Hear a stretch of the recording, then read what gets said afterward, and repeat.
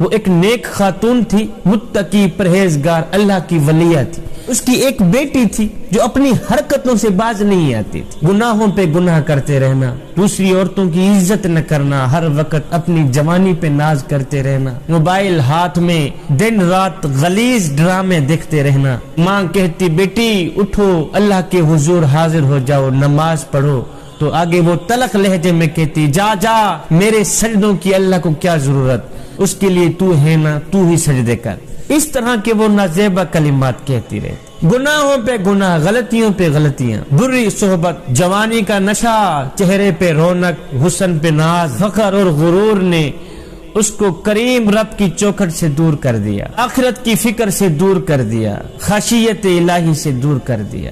ہے زندگی ساری گزر گئی.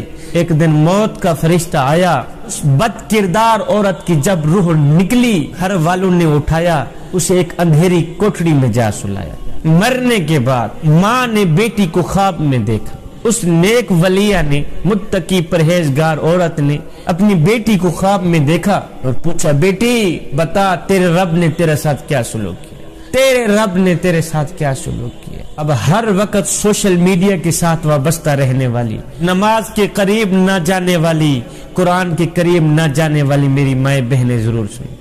مرنے کے بعد نیک ماں کو خواب میں ملی یہ بد کردار بیٹی. ماں نے پوچھا بیٹی بتا تیرے رب نے تیرے ساتھ کیا سلوک کیا. کہا نہ پوچھ امی، تو سچ کہا کرتی تھی کہ آج ہی تیرے پاس وقت ہے، اللہ کے حضور حاضر ہو جا. ہے میں ساری زندگی اپنے جس حسن پہ ناز کرتی رہی، آج اس حسن کو مٹی کھا گئی. جس حسن پہ میں ناز کرتی رہی کہ میرا تو چہرہ اتنا خوبصورت ہے، جہاں سے زیادہ حسین ہے، جہاں سے زیادہ جمیل ہے، آج اس چہرے کو، آج اس حسن کو قبر کے کیڑے کھا گئے ہیں، قبر کے سانپ کھا گئے. جس خوبصورت بدن پہ میں بار بار اترایا کرتی تھی، جس خوبصورت بدن پہ مجھے ناز تھا، اس بدن کو قبر کے کیڑے کھا گئے. ماں کیا حال پوچھتی ہو کہ اس خوبصورت بدن کو قبر کی مٹی کھا گئی، اس خوبصورت بدن کو قبر کے کیڑے کھا گئے، قبر کے سانپ کھا گئے، قبر کے بچھو کھا گئے. موت کا فرشتہ کیا آیا، میرا خوبصورت نام مردوں میں تبدیل کر دیا گیا، میری جوانی خاک میں ملا دی گئی، میرا موٹا تازہ بدن کیڑوں کی غذا بن گیا، بچھوؤں کی غذا بن گیا. اب حال یہ ہے کہ اللہ نے ایک سانپ مسلط کر دیا ہے.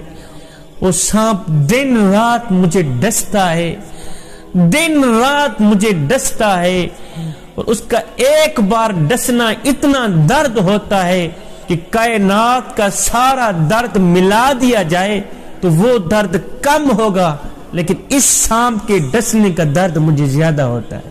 اور یہ سانپ جو ہے قیامت تک مجھے ڈستا رہے گا. یہ تو ایک بد کردار عورت کی کہانی تم لوگوں نے سنی، جس کو قبر میں روزانہ سانپ ڈستا ہے. اب اس نیک عورت کی کہانی نہ سنو. ایک نیک عورت تھی، متقی پرہیزگار اللہ کی ولیہ تھی، جس نے اپنی ساری زندگی اللہ کے نام کر دی، اپنی جوانی بھی اللہ کے نام کر دی، اپنا حسن بھی اللہ کے نام کر دی. اللہ اللہ کرتے اس نے ساری زندگی گزار دی، اللہ کے احکامات کی پیروی کرتے اس نے ساری زندگی گزار دی. مرنے کے بعد جب وہ قبر میں گئی تو منکر نکیر ہے. کہا تیرا رب کون ہے، تیرا رب کون ہے. یہ سن کر وہ عورت مسکرانے لگی، ہنسنے لگی. دیکھو جی یہ مجھ سے پوچھ رہے ہیں کہ تیرا رب کون ہے. یہ ایک تاریک رات ہے، قبر ہے، جس کے بارے میں میرے حضور علیہ السلام نے فرمایا قبر آخرت کی منزلوں میں سے پہلی منزل ہے. اگر یہاں نجات مل گئی تو بعد کے سارے مراحل آسان ہو جائیں گے، اگر یہاں نجات نہ ملی تو بعد کے سارے مراحل دشوار ہو جائیں گے. اور یہ قبر کا مرحلہ ہے، اتنا خوفناک مرحلہ ہے. ہم نے پوچھا ہے تیرا رب کون ہے، آگے تو مسکرا رہی ہے، ہنس رہی. منکر نکیروں نے کہا وجہ کیا ہے. اس نیک اللہ کی بندی نے کہا فرشتو تم پہلا آسمان چیر کر، دوسرا آسمان چیر کر، چوتھا، پانچواں، چھٹا، ساتواں آسمان چیر کر، ہواؤں کو پھاڑ کر، فضاؤں کو پھاڑ کر، دھرتی کو پھاڑ کر، اتنے دور سے آنے والوں کو پتا ہے کہ ہمارا رب کون ہے. میں جو 2 فٹ نیچے آئی ہوں مجھے پتہ نہیں کہ میرا رب کون ہے. ایک دن میرے کریم نبی علیہ الصلوۃ والسلام نے 4 درہم اٹھائے، اپنی جیب میں ڈالے. ایک نئی چادر خریدنے کے لیے بازار کی طرف چل دی، نیا کپڑا خریدنے کے لیے بازار کی طرف چل دی۔ حضور جا ہی رہے تھے کہ دیکھا ایک بڑھیا ہے جو راستے پہ بیٹھی رو رہی ہے۔ میرے حضور علیہ السلام نے جب اس بڑھیا کو روتے دیکھا تو دریافت فرمایا، پوچھا، بڑھیا خیر تو ہے، کیوں رو رہی ہے؟ کس بات پہ رو رہی ہے؟ کس بات نے تجھے رلا دیا ہے؟ کیا مسئلہ ہے؟ کیا بات ہے؟ بتانا۔ اس بڑھیا نے روتے ہوئے کہا، حضور قربان جائیں آپ کے نام پر، آپ کی شان پر، ہوا کچھ یوں ہے کہ میری مالکن نے مجھے 2 درہم دیے تھے، کہا تھا سودا لے کے آؤ۔ میں بازار کی طرف جا رہی تھی کہ وہ 2 درہم کہیں گر گئے ہیں، میں نے کافی ڈھونڈا بھی ہے، کافی تلاش بھی کیا ہے، مجھے نہیں ملے۔ اب رو اسی لیے رہی ہوں، ڈر رہی ہوں کہ خالی ہاتھ واپس جاؤں گی تو مالکن مجھے مارے گی، ڈانٹے گی۔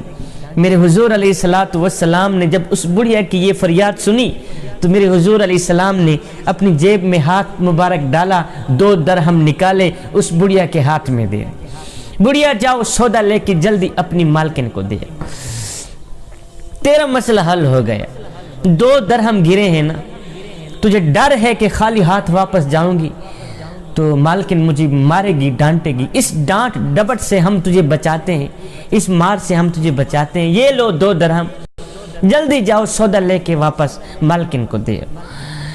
میرے حضور علیہ السلام آگے چلے گئے، بازار میں گئے، باقی جو 2 درہم رہ گئے تھے، میرے حضور علیہ السلام نے ایک نئی چادر خریدی، نئی چادر خریدی 2 درہم کی، نئی چادر لے کے واپس گھر کی طرف اسی راستے پہ جا ہی رہے تھے کہ آپ نے دیکھا ایک شخص کھڑا ہے، پھٹے پرانے کپڑے اس نے پہنے ہوئے ہیں، آدھا جسم اس کا ننگا ہے، آدھا بدن ڈھانپا ہوا ہے کپڑوں سے، پھٹے پرانے کپڑے پہن کر وہ آوازیں لگا رہا ہے کہ جو بھی شخص دنیا میں مجھے لباس پہنائے گا اللہ اسے جنتی لباس پہنائے گا۔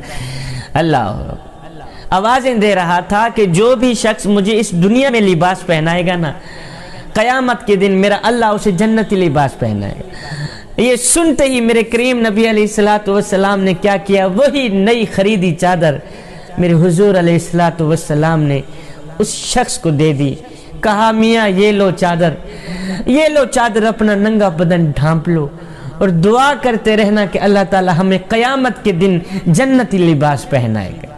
اس شخص نے خوشی خوشی میرے حضور علیہ السلام سے وہ نئی چادر لے لی۔ خیر میرے حضور علیہ السلام 4 درہم لے کے آئے تھے، 2 درہم بڑھیا کو دے دیے، 2 درہم کی چادر لے کر اس مانگنے والے فقیر کو دے دی۔ میرے حضور علیہ السلام واپس ہی گھر کی طرف اور اسی راستے پہ جا ہی رہے تھے کہ وہی بڑھیا پھر اسی راستے پہ بیٹھی رو رہی۔ میرے حضور علیہ السلام نے پوچھا، بڑھیا تیرا مسئلہ تو حل ہو گیا ہے، تیرا مسئلہ تو ہم نے حل کر دیا تھا، تجھے 2 درہم دے دیے، سامان لے کے گھر جا۔ وہ کہتی، حضور کہاں تک آپ کو پریشان کروں گی، اب رو اس لیے رہی ہوں کہ کافی دیر سے میں گھر سے نکلی تھی، اب دیر سے اپنی مالکن کے پاس جاؤں گی تو وہ اس بات پہ مجھے مارے گی، ڈانٹے گی کہ تو دیر سے کیوں آئی۔ حضور مہربانی فرما کر آپ میرے ساتھ جائیں، مجھے گھر چھوڑ کے آئیں اور میری سفارش کرانا کہ میں مالکن کے غصے سے بچ جاؤں۔ میرے حضور علیہ السلام نے فرمایا، اٹھو ہم تجھے گھر پہنچا آتے۔ میرے حضور علیہ السلام اس بڑھیا کو لے کے جا رہے ہیں مالکن کے گھر کی طرف۔ میرے حضور علیہ السلام جیسے ہی قریب گئے، اس بڑھیا نے کہا، اس گھر میں مرد کوئی نہیں رہتے، یہاں کافی عورتیں رہتی۔ قریب جا کر میرے حضور علیہ السلام نے آواز دی، بیبیو السلام علیکم۔ ایک بار آواز دی، کہیں سے کوئی آواز نہ آئے۔ پھر میرے حضور علیہ السلام نے فرمایا، بیبیو السلام علیکم، پھر بھی کہیں سے کوئی جواب نہ آئے۔ تیسری بار میرے کریم نبی علیہ السلام نے جب کہا، بیبیو السلام علیکم، تو ساری عورتیں مل کر انہوں نے ایک جواب دیا، وعلیکم السلام ورحمۃ اللہ وبرکاتہ۔ میرے حضور علیہ السلام نے فرمایا، پہلے تو یہ بتاؤ کہ تم نے پہلی آواز میری سنی تھی یا نہیں سنی تھی؟ کہا جی ہم نے سنی تھی۔ کہا پھر پہلی آواز پر تم لوگوں نے جواب کیوں نہیں دی؟ یہ سن کر وہ عورتیں رونے بھی لگ گئیں، رو کر کہنے لگی، حضور ہم نے اس سوچ کی بنیاد پر آپ کو پہلے سلام کا جواب نہیں دیا کہ آپ بس ہمیں سلامتی بھیجتے ہی جائیں، ہمارا دل ہے کہ قیامت تک آپ کے منہ سے نکلی سلامتی سنتی ہی رہیں۔ حضور اسی وجہ سے آپ کو جواب نہیں دیا۔ تو میرے حضور علیہ السلام نے فرمایا آپ کی باندھی آ گئی ہے، کسی وجہ سے اس کو دیر ہو گئی تھی، تو اس کو کچھ کہنا نہیں، اللہ اس کو ڈانٹنا نہیں ہے، غصہ نہیں کرنا اس بڑھیا سے۔ تو اس بڑھیا کی مالکن نے آواز دی، حضور قربان جائیں آپ کے نام پر، قربان جائیں آپ کی شان پر، آپ اس باندھی کی سفارش کرنے آئے ہیں ہمارے پاس؟ جی جی سفارش کرانے آئے ہیں۔ یہ سن کر اس مالک نے کہا، حضور آپ اتنے دور سے چل کر ہماری باندھی کی سفارش کرانے آئے ہیں، اسی خوشی پر کہ آج ہماری ملاقات آپ سے ہو گئی ہے، اسی خوشی پر میں اپنی باندھی کو آزاد کرتی۔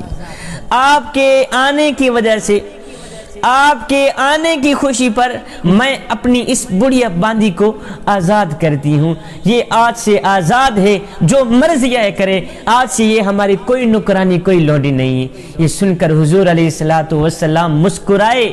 میرے حضور علیہ السلام نے فرمایا، اللہ تم پہ راضی ہو، اچھا میں جا رہا ہوں۔ میرے کریم نبی علیہ السلام واپسی کی طرف لوٹے، پیچھے اس مالکن نے آواز دی، حضور سن کر جائیے گا، آپ کے آنے کی خوشی سے، آپ کے صدقے سے، آپ کے توسل سے ہم نے جس طرح اس باندھی کو آزاد کیا ہے، خدا کے لیے کل قیامت کے دن ہم جیسے گنہگاروں کو بھی آزاد کرا دیں۔